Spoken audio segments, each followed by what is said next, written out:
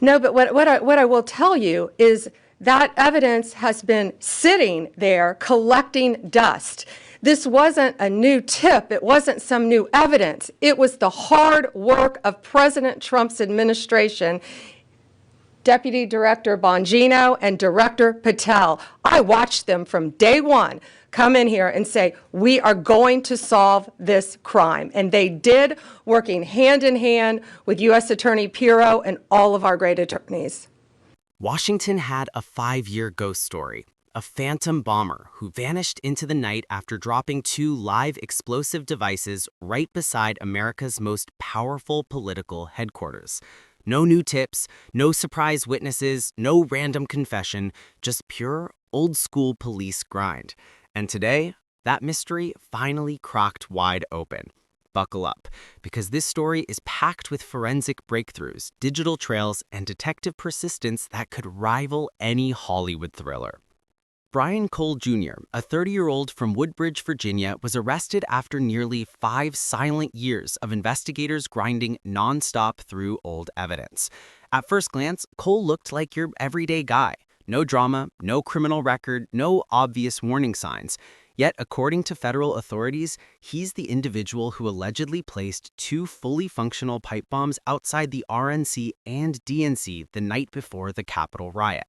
The quiet neighbor image shattered instantly once the evidence trails started matching the suspect. Transition. But wait till you hear how they found him.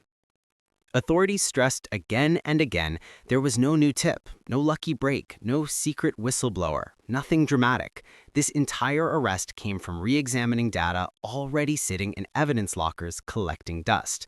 Investigators decided. Thank you, General. And as I stated earlier, and as the General has already reiterated, our job is to provide full accountability in the court of law with Judge Pirro's team. And in order to do that, we have to preserve the chain of custody and evidentiary value. What I will say generally is that when you go through 3 million lines of information, y'all can think about the amount of cell phone data that has to be ingested and triangulated and dumped and received. You also have to think of just sheer human ingenuity. We brought in a team of experts who were the best at what they do in their specific fields to reevaluate that evidence, to dive back in, and to not come back with a no for an answer until they had found the suspect. And when you develop evidence, you get a search warrant. And when you get a search warrant, you get an address. And when you get an address, you hit the house. And that's what we did.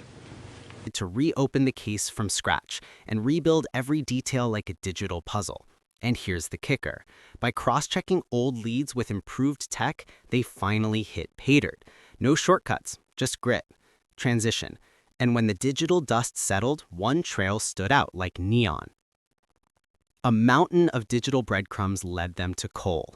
Retail records linked him to bomb-making parts, galvanized pipes, wires, end caps, and 9-volt battery connectors. Then came cell phone tower hits, placing his device near the bomb locations the night the explosives were planted. Add in license plate reader data showing his vehicle moving through the exact zone, and suddenly investigators had a triangulated sequence matching the suspect's every step. Transition. But digital clues were only half the story. The bombs themselves told another. Although the pipe bombs never detonated, officials confirmed they were absolutely real, viable, and fully capable of destruction. These weren't decoys, these weren't props.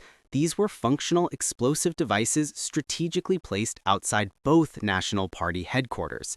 Had they blown, the political consequences would have been catastrophic. Investigators say the bombs held serious intent regardless of whether they exploded.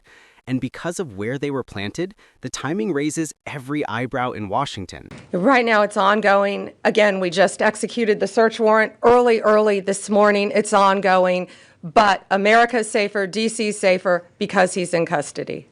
The bombs were dropped on January 5th, just one night before the Capitol riot. And that connection has fueled speculation for years.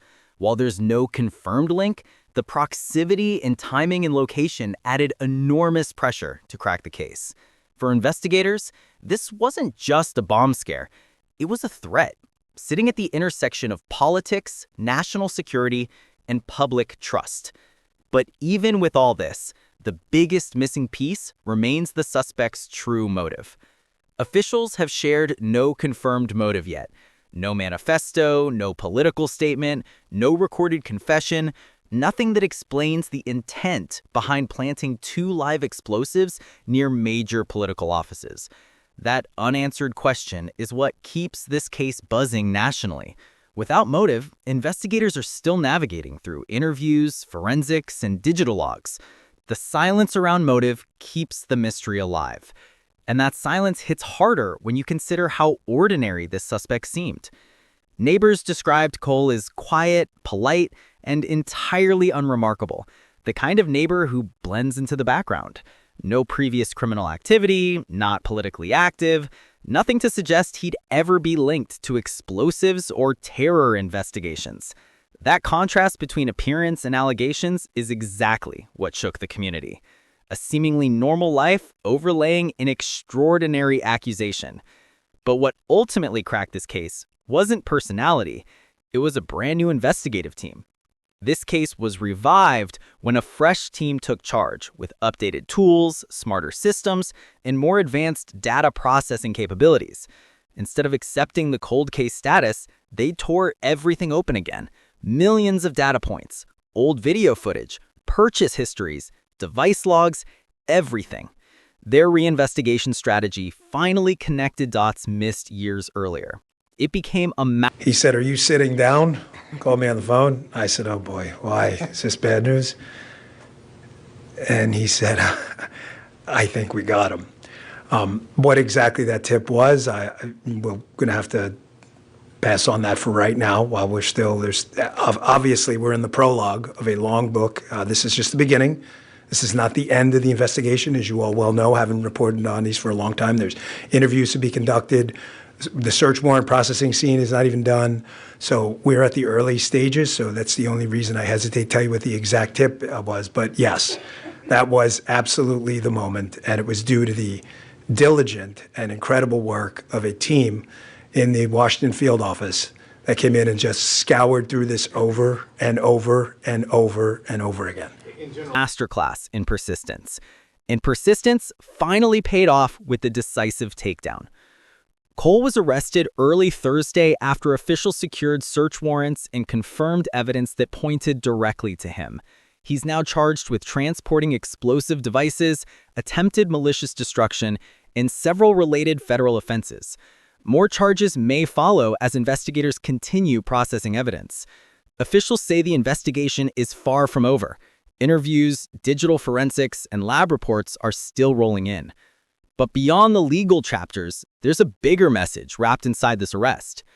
This case underscores how easily threats can hide in plain sight and how long it can take to unravel them.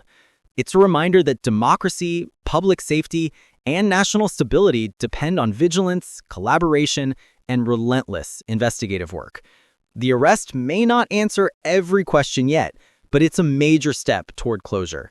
From high-tech forensics to old-school detective persistence, this case proves justice doesn't always move fast, but it moves. And now, here's how you can stay informed. Hit that subscribe button, tap the bell, and drop your thoughts in the comments, because at Global Pulse News is bringing you breakdowns that cut through chaos and hit straight at the truth. Stay smart, stay curious, and stay loud.